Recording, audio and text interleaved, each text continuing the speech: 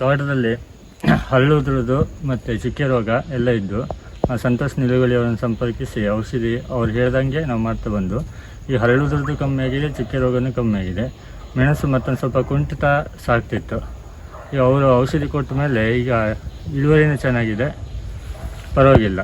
ಅವ್ರು ಹೇಳ್ದಂಗೆ ನಾವು ಇದು ಮಾಡ್ತಿದ್ದೀವಿ. ತೋಟ ಈಗ ಅವಾಗಿಂತ ಎಷ್ಟೋ ಇಂಪ್ರೂವ್ ಆಗಿದೆ ಈಗ.